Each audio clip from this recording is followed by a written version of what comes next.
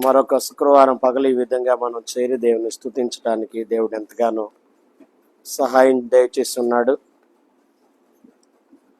రేపు 12 గంటల ఉపవాస ప్రార్థన ఉంది. ఉదయం 6 గంటల నుంచి సాయంత్రం 6 గంటల వరకు. ఆ ప్రార్థనలో మీకు సాధ్యమైన వాళ్ళందరూ ఉండగలిగిన వాళ్ళంతా పాల్గొనే ప్రయత్నం చేయండి. ఎంతమంది వచ్చినప్పటికీ ఆ ప్రార్థన కంటిన్యూ చేయాలని అనుకుంటున్నా. వాస్తవానికి 2వ శనివారం చేయాల్సిన దాన్ని 3 రోజులు 12 గంటల ఉపవాస ప్రార్థనలు ఉండటం వల్ల వాయిదా వేసి రేపు దాన్ని కంటిన్యూ చేయాల్సిన అవసరం ఏర్పడింది. కనుక ఆ ప్రార్థనలో మీరు పాల్గొనే ప్రయత్నం చేయండి. అలాగే ఇంతకుముందే సహోదరి ప్రార్థన చేసినట్లుగా ఆదివారం సాయంత్రం నుండి శనివారం పగల వరకు వీరాయలంకలో ప్రార్థనా వారోత్సవాలనే పేరుతో మరి రాత్రింబగళ్ళు అక్కడ ప్రార్థనా కోటాలు జరగబోతున్నాయి వీరాయలంకలో. ఆ కోటాలు ఆశీర్వాదకరంగా జరిగేటట్లు మీ ప్రార్థనలో జ్ఞాపకం చేసుకోండి. వారి వారి వెసులుబాటును బట్టి ఆయా దైవ సేవకులు కూడా ఆ కోటాల్లో పాల్గొంటారు. అంత మాత్రమే కాదు, మరి ఆ కోటాల్లో ఆ కోటాలని ఉపవాస కోటాలు అని చెప్పడానికి లేదు.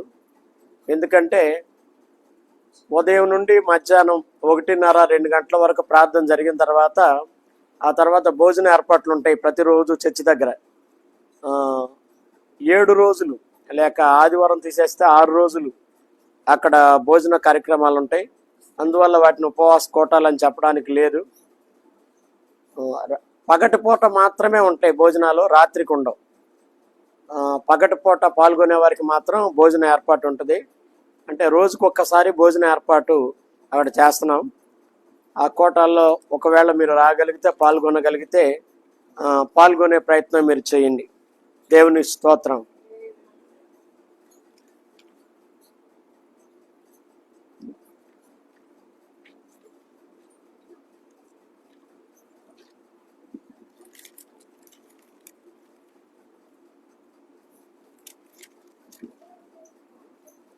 దేవుని వాక్యములో నుండి ప్రకటన గ్రంథం 17వ అధ్యాయం 14వ వచనం. వీరు గొర్రెపిల్లతో యుద్ధము చేతురు కానీ గొర్రెపిల్ల ప్రభువులకు ప్రభువును రాజులకు రాజునై ఉన్నందునను తనతో కూడా ఉండిన వారు పిలవబడిన వారై ఏర్పరచబడిన వారై నమ్మకమైన వారై ఉన్నందునను ఆయన ఆ రాజులను జయించును. కొందరి రాజులతో మన ప్రభు అయిన యేసుక్రీస్తు ప్రభువారు యుద్ధం చేయబోతున్నారు అనే సత్యాన్ని ఈ ప్రకటన గ్రంథం 17వ అధ్యాయంలో మనం చూస్తాం. యేసుక్రీస్తు ప్రభువారితో కొందరు యుద్ధము చేతురు గాని వాళ్ళు యుద్ధములో జయము పొందలేరట. యేసుక్రీస్తు ప్రభువారు మాత్రమే జయిస్తారు అనే వాక్యంలో మనం చూస్తున్నాం. ఎందుకు అంటే శత్రువులు గొర్రెపిల్లతో యుద్ధము చేతురు కానీ గొర్రెపిల్ల ఒక కారణం ఏంటంటే ప్రభువులకు ప్రభువు కాబట్టి, రాజులకు రాజు కాబట్టి ఆయనతో యుద్ధము చేసిన వారు ఆయనను గెలవలేరు. మరొక కారణం కూడా ఇక్కడ చెప్తున్నాడు. ఏంటి మరొక కారణం అని చూస్తే యేసుక్రీస్తు ప్రభువారితో పాటు ఉండిన వారు పిలువబడిన వారట. అంతేకాదు ఏర్పరచబడిన వారట. నమ్మకమైన వారై ఉన్నందున ఆయన రాజులను గెలుచును. యేసుక్రీస్తు ప్రభువారితో యుద్ధములో నిలిచి ఉన్నవారు ఎవరంటే యేసయ్యతో పాటు నిలిచి ఉన్నవాళ్ళు పిలువబడిన వారు, ఏర్పరచబడిన వారు, నమ్మకమైన వారు. దేవుని స్తోత్రం. యేసయ్య మనలను పిలిచాడు కాబట్టి మనం ఆయన సన్నిధికి వచ్చాం. పిలవడం మాత్రమే కాదు, ఆయన మనలను ఏర్పరచుకున్నాడు. వాక్యం ఏం చెప్తుందంటే పిలువబడిన వారు అనేకులు, ఏర్పరచబడిన వారు కొందరే. ఒక సందర్భంలో మనం చూస్తాం, ఒక యజమానుడు ఒక మహావిందు చేయించాడట తన కుమారుని వివాహం కొరకై.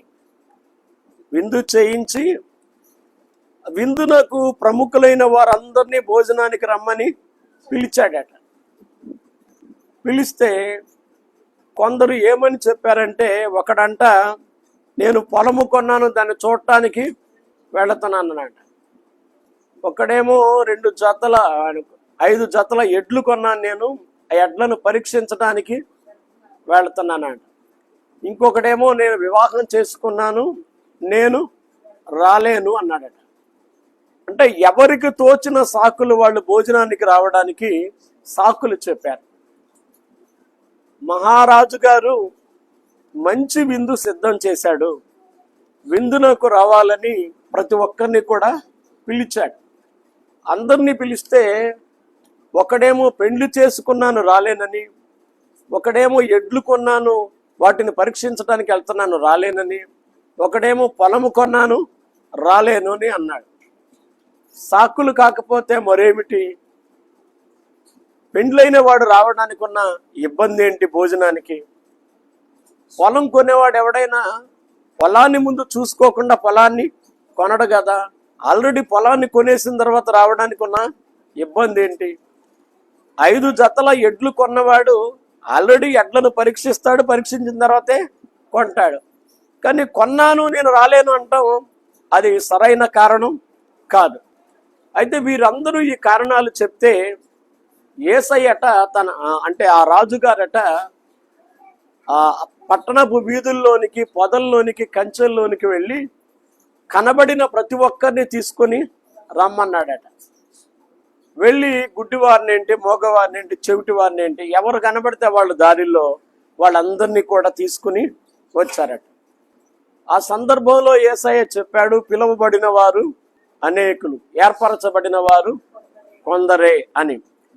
పిలుపు అందరినీ పిలుస్తున్నాడు, కానీ ఆయన ఏర్పాటులోనికి కొంతమంది మాత్రమే వస్తున్నారు. ఇక్కడ గొర్రె పిల్లతో యుద్ధము చేతురు గాని వారు జయమందరు శత్రువులు. ఎందుకంటే గొర్రె పిల్ల ప్రభువులకు ప్రభు, రాజులకు రాజు అయి ఉన్నందునను యేసుతో కూడా ఉండిన వారు, గొర్రె పిల్లతో కూడా ఉండిన వారు పిలువబడిన వారై, ఏర్పరచబడిన వారై, నమ్మకమైన వారై ఉన్నందున ఆయన ఆ రాజులను జయించును. మనం పిలువబడిన పిలుపునకు తగినట్లుగా జీవిస్తున్నామా? ఆయన మనల్ని ఎందుకు పిలిచాడు? పరిశుద్ధులగుటకే ఆయన మనల్ని పిలిచను గాని అపవిత్రులుగా ఉండడానికి పిలవలేదు. దేవుని స్తోత్రం కదా. యేసయ్య మనల్ని పిలిచింది ఎందుకంటే ఆయనతో కూడా ఉండడానికి పిలిచాడు. వాక్యంలో నుండి మార్కు సువార్త ఒకసారి చూద్దాం. మార్కు సువార్త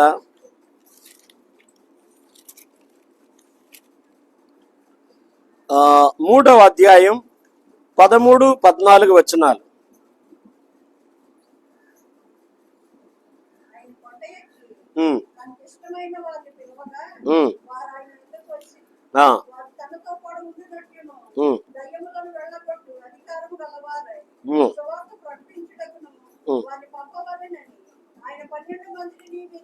చాలు.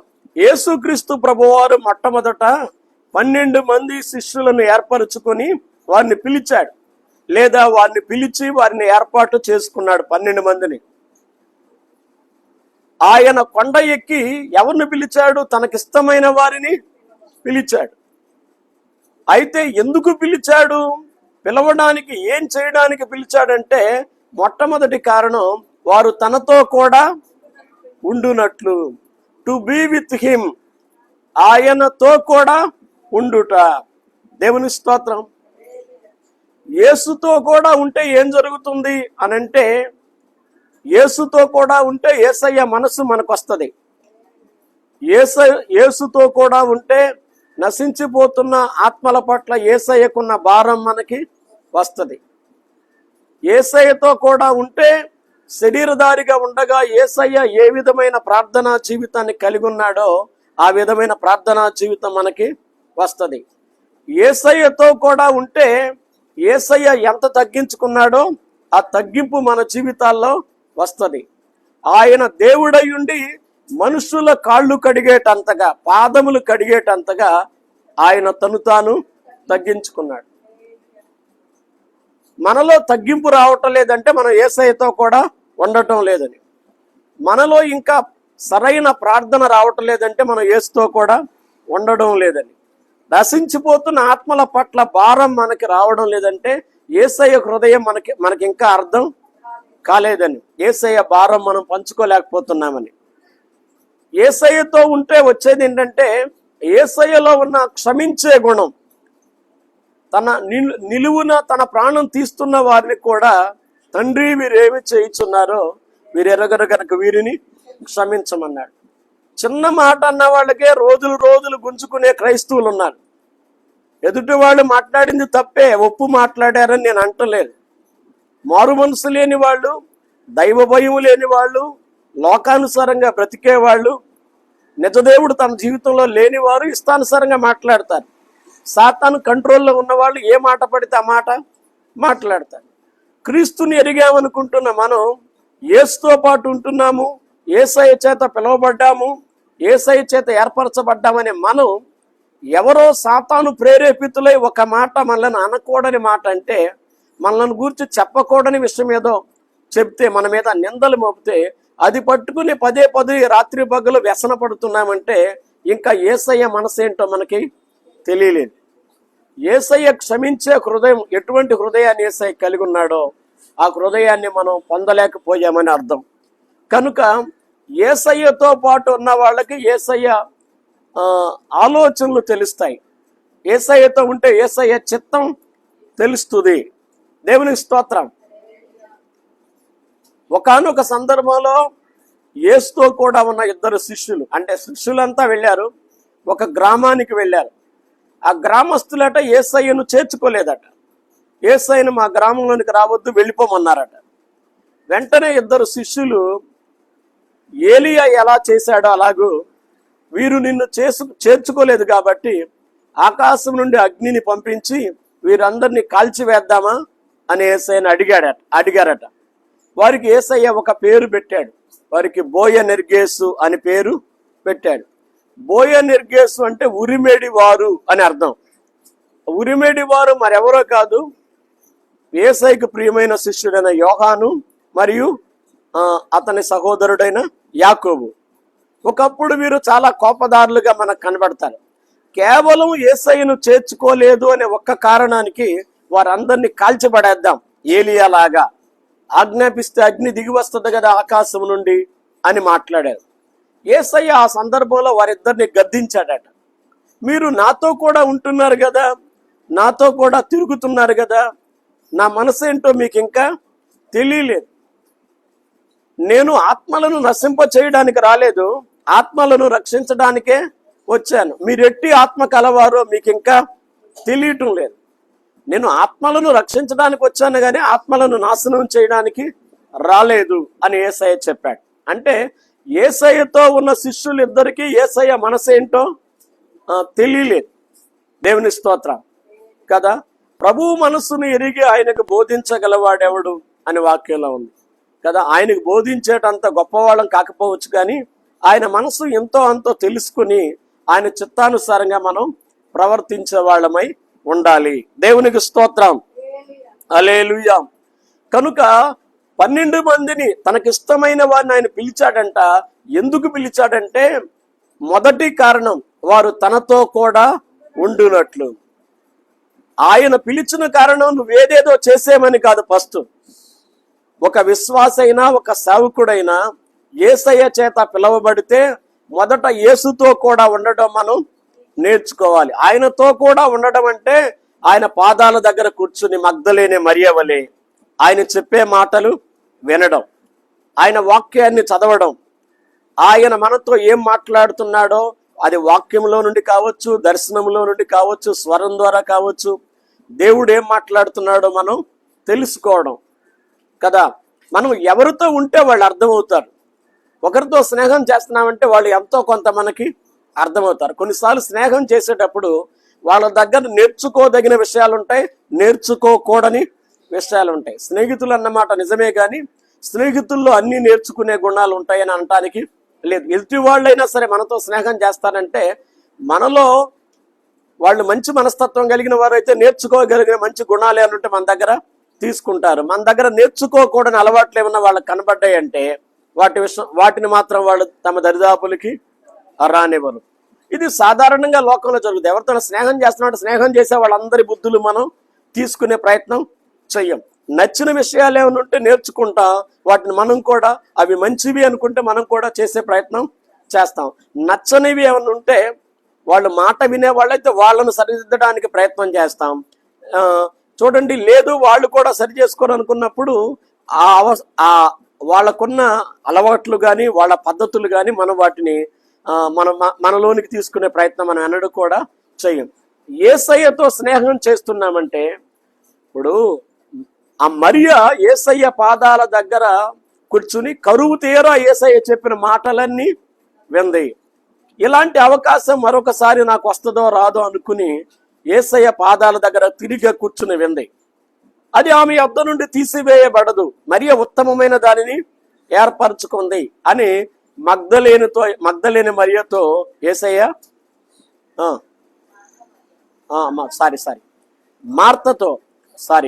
మార్తతో యేసయ్య చెప్పాడు. మార్తా నువ్వు అనేకమైన పనుల గురించి విచారం కలిగి తొందరపడుతున్నావు, కానీ అవసరమైనది ఒకటే, మరియ ఉత్తమమైన దానిని ఏర్పరచుకుంది, అది ఆమె యొద్ద నుండి తీసివేయబడదు.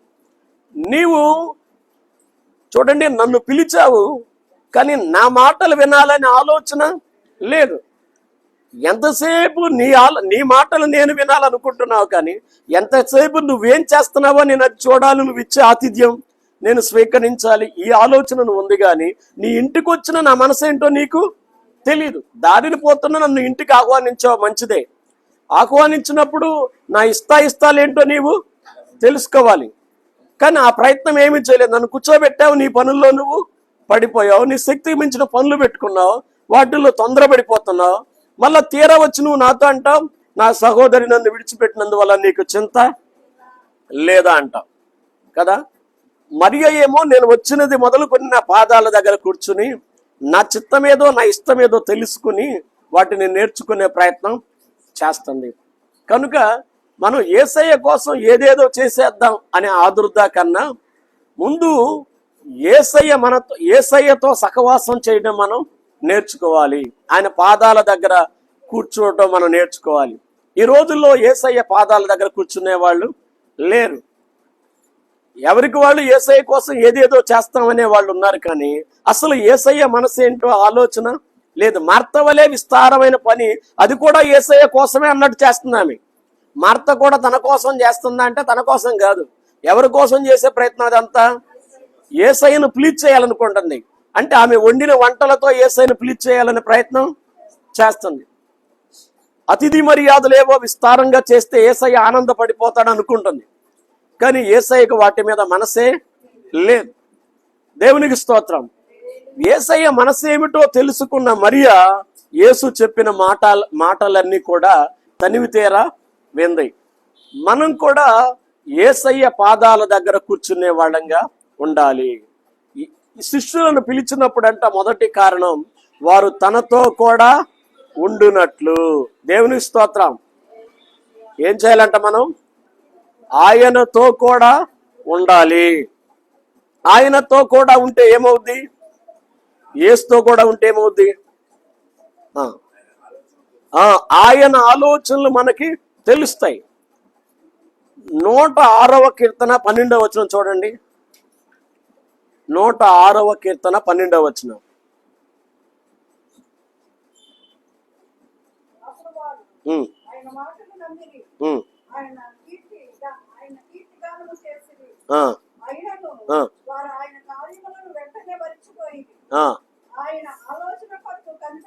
చూడండి, ఆయన ఆలోచన కొరకు కనిపెట్టుకొనలేకపోయిరి. చాలమ్మా. ఇశ్రాయేలీల జీవితాల్లో దేవుడు ఎన్నో గొప్ప అద్భుతాలు చేశాడు, ఎన్నో శ్రమల నుండి కాపాడాడు, ఎన్నో కష్ట సమయాల్లో వారికి సహాయం చేశాడు, శత్రువులను నాశనం చేశాడు, తన ప్రజల పక్షాన ఆయన యుద్ధములు జరిగించాడు. కానీ ఇశ్రాయేలు ప్రజలంట ఆయన ఆలోచన కొరకు కనిపెట్టుకొనక పోయిరి కదా. దేవునికి స్తోత్రం. ఆ విషయంలో దేవుడు చాలా బాధపడుతున్నాడు. నేను వీరి కోసం ఇన్ని చేశాను, కానీ నా దగ్గర కాస్త కూర్చునే ప్రయత్నం వీరు చేయటం లేదు. దేవునికి స్తోత్రం. హల్లెలూయా. అప్పుడప్పుడు విదేశాల్లో ఉండే కొడుకులు కూతుళ్ళు ఎలా ఉన్నావురా అని తల్లో తండ్రి అడిగితే, బాగానే ఉన్నాం, మీకేం కావాలి,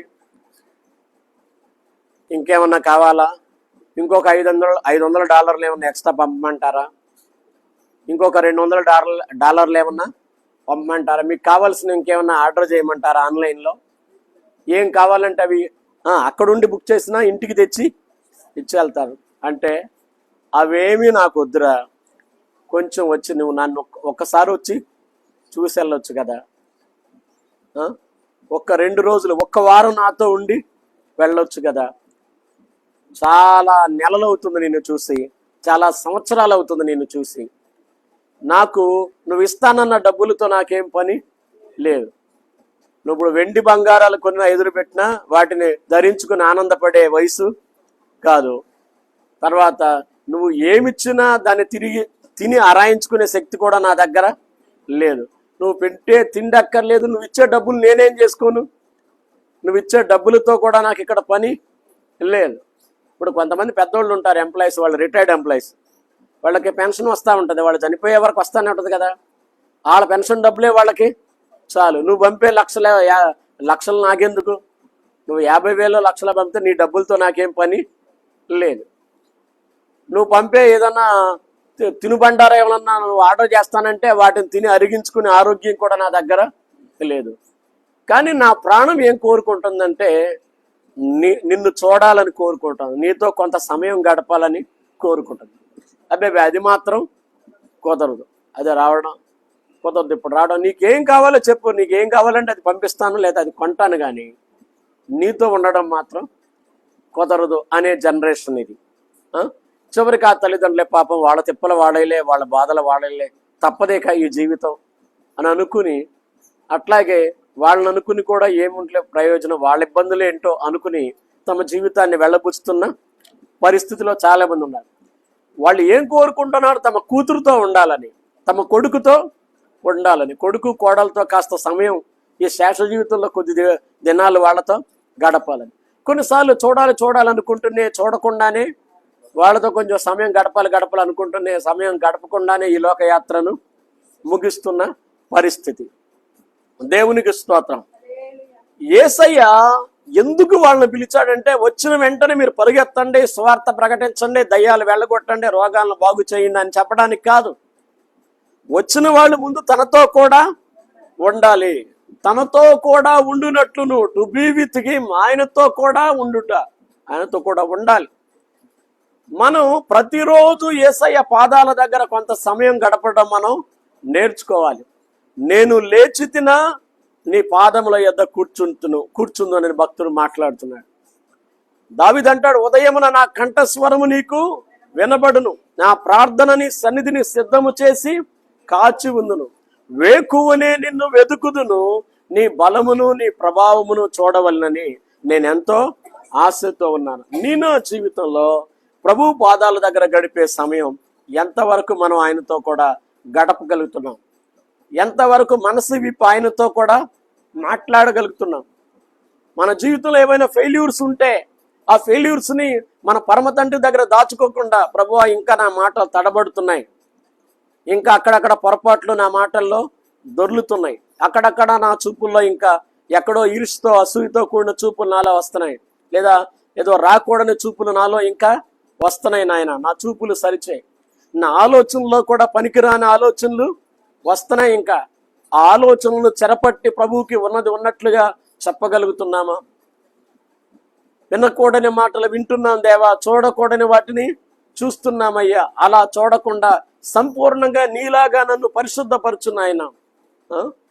దేవుని స్తోత్రం. కనుక ఆయనతో పాటు ఉంటే ఆయన లాగా మారే ప్రయత్నం చేస్తాం. ఇప్పుడు బర్నబాస్ గారితో నేను తిరుగుతున్నాను అనుకోండి, ప్రతిరోజు బర్నబాస్ అయ్య గారితో తిరుగుతూ ఉంటే కొంతవరకు నా పద్ధతులు నేను మార్చుకుంటాను లేదా? మార్చుకుంటా. ప్రతిదినము పెద్ద ఆయనతో తిరుగుతున్నప్పుడు పెద్ద ఆయనకి ఏమి ఇష్టం లేదో తెలిసి ఇష్టం లేని ఏమన్నా ఉంటే వదిలేస్తాం. అతివాగుడు ఉంటే వదిలేస్తాం, లేదో ఏవో ఇంకా పనికిరాని పనులు ఏమన్నా ఉంటే వాటిని వదిలేస్తాం. ఎందుకంటే ఆయనతో పాటు ఉన్నప్పుడు ఆయన గారి గౌరవాన్ని, ఆయన గారి వెంట వెళ్ళి ఆయన గారి గౌరవాన్ని నేను తగ్గించే ప్రయత్నం చేయకూడదు కదా. ఒకవేళ పెద్ద ఆయనతో వెళుతున్నప్పుడు ఆయన తగినట్టుగా నేను నడవట్లేదు అనుకో, ఎవరో ఒకరు చెప్తారు, ఏంటండి మీ వెనక వస్తున్నాడు ఒక ఆయన, మీరేమో చక్కగా ప్రసంగం చేస్తుంటే ఆయన ప్రసంగ వేదిక మీద మీరు కూర్చుంటే ఆయన అటు ఇటు తిరుగుతున్నాడు, ఏవో ఏమన్నా అవలక్షణాలు ఉంటే వాటిని తీసుకుని వెళ్ళి పెద్ద ఆయన దృష్టికి తీసుకెళ్తారు. అప్పుడు ఆయన హెచ్చరించే ప్రయత్నం చేస్తాడు. హెచ్చరించినా సరి చేసుకునే పరిస్థితి లేదన్నప్పుడు ఇక నా వెనక అనవసరం, నా గౌరవాన్ని, నా పరువు పోద్ది, ఈయన్ని వెంట పెట్టుకుని తిరిగి వెళ్తే నా గౌరవం పోద్ది అనుకున్నప్పుడు తీసి పక్కన పెట్టే ప్రయత్నం చేస్తాడు. అదేవిధంగా యేసయ్యతో పాటు ఉంటున్నప్పుడు యేసయ్య గౌరవాన్ని మనం ఇనుబడింప చేసే ప్రయత్నమే చేయాలి. కానీ మిమ్మును బట్టియే కదా నా నామం అన్యజనుల మధ్య దూషింపబడుచున్నది లేక అవమానపరచబడుచున్నది అన్నట్లుగా మనం ఉండకూడదు. అన్యజనులను బట్టి దేవుని నామం అవమానపరచబడుతుందని అనలేదు ఆయన. ఆయనను నమ్ముకుని ఆయనను వెంబడిస్తున్న వారితోనే చెప్తున్నాడు, మిమ్మును బట్టియే కదా అని అంటున్నాడు. మనలను బట్టి ఎక్కడ కూడా దేవుని నామం అవమానపరచబడటానికి వీల్లేదు. దేవుని స్తోత్రం. ఇప్పుడు కనుక ఇక్కడ చూస్తే వారిని పిలిచినప్పుడు వారిని తనతో కూడా ఉండినట్లు పిలిచాడు. అక్కడంట యేసుతో కూడా ఉండిన వారంట పిలువబడిన వారై, ఏర్పరచబడిన వారై, నమ్మకమైన వారై ఉన్నారట. దేవుని స్తోత్రం. నమ్మకమైన వారిగా ఎలా మారారు? యేసయ్య తండ్రి అయిన దేవునికి నమ్మకంగా ఈ లోకంలో పరిచర్య చేశాడు. తండ్రి చిత్తాన్ని నమ్మకంగా చేశాడు. సిలువ మహాయజ్ఞం చేయవలసినప్పటికీ ఆయన దానికి ఏమాత్రం వెనకాడిన వాడు కాదు. తండ్రి చిత్తం ఆయనకు తెలిసింది కాబట్టి, తండ్రి నీ చిత్తం అయితే ఈ గిన్నె నా యొద్ద నుండి తొలగించు, ఆయనను నా ఇష్ట ప్రకారం కాదు నీ చిత్తమే సిద్ధించునుగా కదా. యేసయ్య తండ్రితో కూడా ఉన్నాడు కాబట్టి, ప్రతిదినము తండ్రితో సమయాన్ని గడుపుతున్నాడు కాబట్టి తండ్రి చిత్తం ఏదో ఆయనకు బాగా అర్థమైంది. అందుకే తండ్రి యేసయ్యని గురించి అన్నాడు, తండ్రి అయిన దేవుడు కుమారుడైన యేసయ్యని గురించి, ఈయన నా ప్రియ కుమారుడు, ఈయన యందు నేను ఆనందిస్తున్నాను. ఆ మాట నా గురించి యేసయ్య చెప్పగలడా? మీ గురించి యేసయ్య చెప్పగలడా? నాకు నేను ప్రశ్నించుకోవాలి, మీకు మీరు ప్రశ్నించుకోవాలి, ఎవరికి వాళ్ళమే ప్రశ్నించుకోవాలి. ఈయన నా ప్రియ కుమారుడు, ఈయన నా ప్రియ కుమార్తె, నా ప్రియ కుమారుని యందు నేను ఆనందిస్తున్నాను, నా ప్రియ కుమార్తె యందు నేను ఆనందిస్తున్నాను అని యేసయ్య చెప్పగలడా? మనం చూడాలి. మనం యేసుతో కూడా ఉండాలి. అక్కడ యేసుతో కూడా ఉండిన వారు నమ్మకమైన వారంట. నమ్మకమైన వారు అయినంతగా వారు మారారు. మనం నమ్మకమైన వారు. మోషే దేవుని ఇల్లంతటిలో నమ్మకమైన వాడు. దేవుని స్తోత్రం. హల్లెలూయా కదా.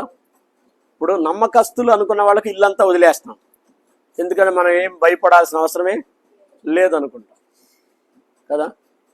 కొన్నిసార్లు మనం అందరూ నమ్మకస్తులే అనుకుంటాం, కానీ కొన్నిసార్లు ఆ నమ్మకత్వంలో కొన్ని వస్తువులు ఏమైనా ఇంట్లో మిస్ అయినాయి అనుకోండి, అది వాళ్ళ తప్పు కాదు, అది మన తప్పు అనుకుంటాం. అంటే మనం నమ్మాం కానీ ఆ నమ్మకాన్ని వాళ్ళు సరిగా సద్వినియోగం చేసుకోలేదు కదా. ఇప్పుడు దేవుని మందిరంలో వస్తువులు ఎవరు పట్టుకెళ్తారులే అనుకున్నాం. ఎవడు అప్పనంగా దొర వచ్చినట్టు వచ్చాడు.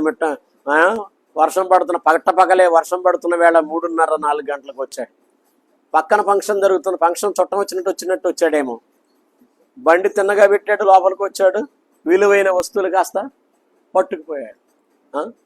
అంతా మనస్సాక్షి కలిగిన వాళ్ళు ఉంటారనుకుంటే దేనికోసం ఉండేవాళ్ళు దానికోసం ఉంటారు.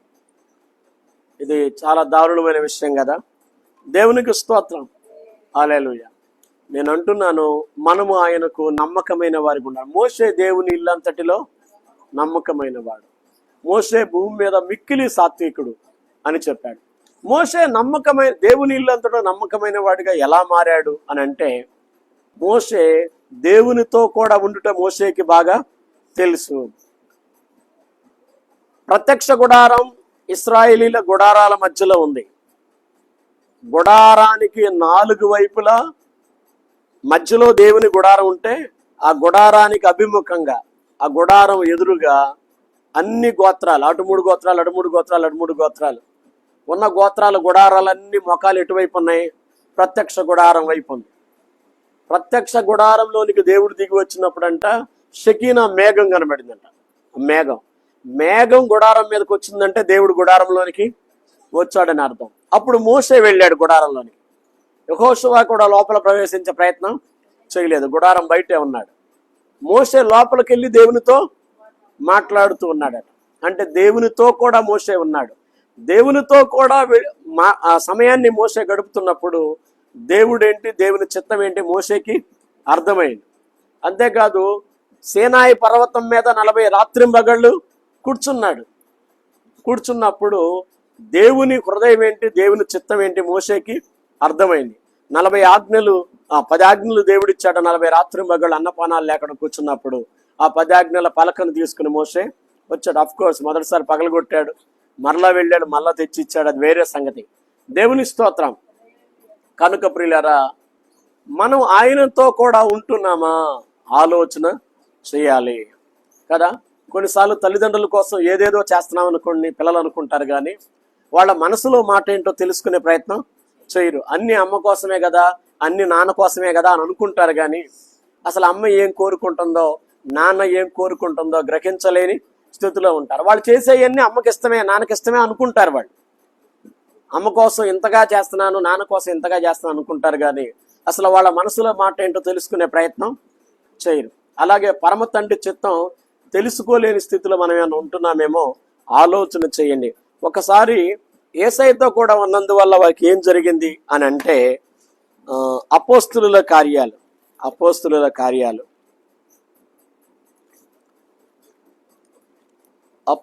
కార్యాల్లో మనం చూస్తున్నట్లయితే 4వ అధ్యాయం 13వ వచనం. 4వ అధ్యాయం 13వ వచనం.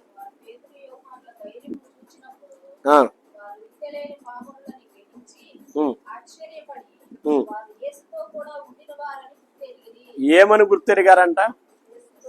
యేసుతో కూడా ఉండిన వారని గుర్తెరిగి. ఈ అక్షరం పొట్టకొస్తే అక్షరం మొక్కలేని పేతురు యోహానులు ఇంత స్కాలర్సమైన, ఇంత ధర్మశాస్త్ర పండితులమైన మనతో వీళ్ళు ఎలా మాట్లాడగలుగుతున్నారు?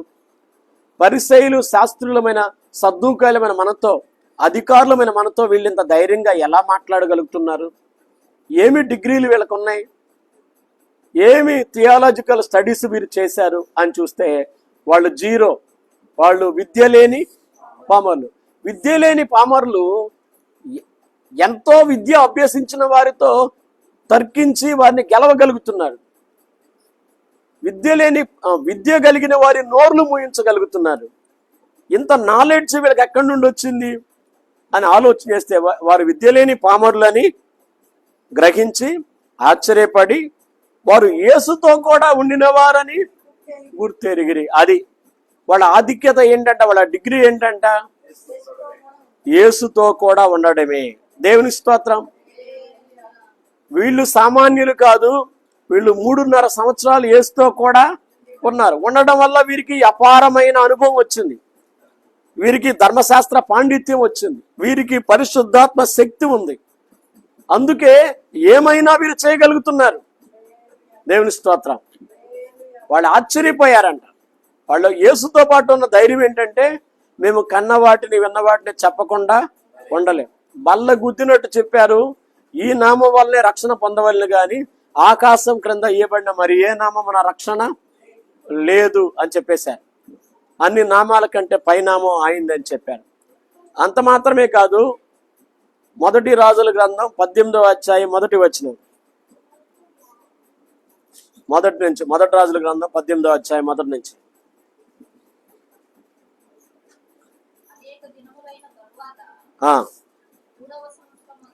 అయితే 17వ అధ్యాయం 1 నుంచి చూడమ్మా.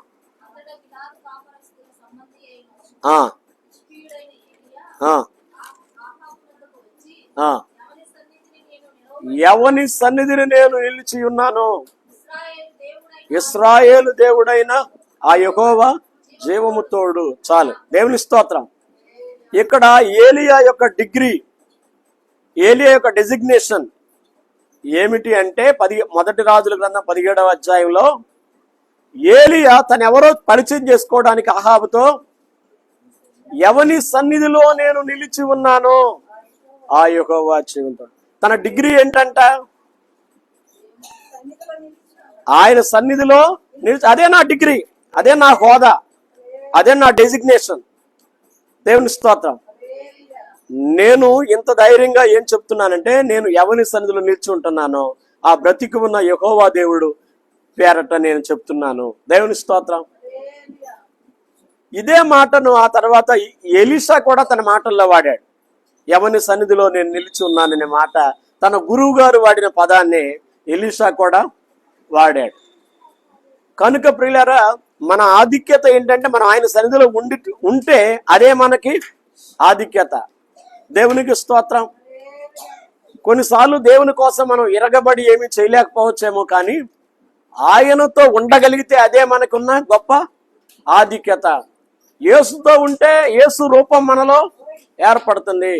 యేసయ్యలో ఉన్న ఓర్పు మనకు వస్తుంది, యేసయ్యలో ఉన్న తగ్గింపు మనకు వస్తుంది, యేసయ్యలో ఉన్న ప్రేమ మనకు వస్తుంది, యేసయ్యలో ఉన్న క్షమించే గుణం మనకి వస్తుంది, యేసయ్యలో ఉన్న ప్రార్థన మనకి వస్తుంది. యేసయ్యకు నశించిపోతున్న ఆత్మల పట్ల ఎంత భారం ఉందో ఆ భారం కూడా మనకి వస్తుంది. కనుక మనం యేసుతో కూడా ఉండేవాళ్ళంగా ఉండాలి. మనం చదివిన ప్రకటన గ్రంథంలో ఎవరైతే రాజులు గొర్రెపిల్లతో యుద్ధం చేయాలనుకున్నారో వారు గెలవలేకపోయారంట. ఒకటేమో ఆయన రాజులకు రాజు అయ్యున్న కారణాన ప్రభువులకు ప్రభు అయ్యున్న కారణం అయితే, మరికొన్ని కారణాలు ఏంటంటే ఆయనతో నిలిచి ఉన్నవాళ్ళు, ఆయనతో ఉన్నవాళ్ళు, వాళ్ళు పిలువబడిన వారు, వారు ఏర్పరచబడిన వారు, వారు నమ్మకమైన వారు. ఆయనతో ఉండటం వల్ల వాళ్ళు నమ్మకమైన వారిగా మారారు. అట్టి ఆధిక్యతను మన జీవితాల్లో మనం కలిగి ఉండే ప్రయత్నం చేద్దాం. దేవుడి మాటలు దీవించునుగాక. ఆమేన్.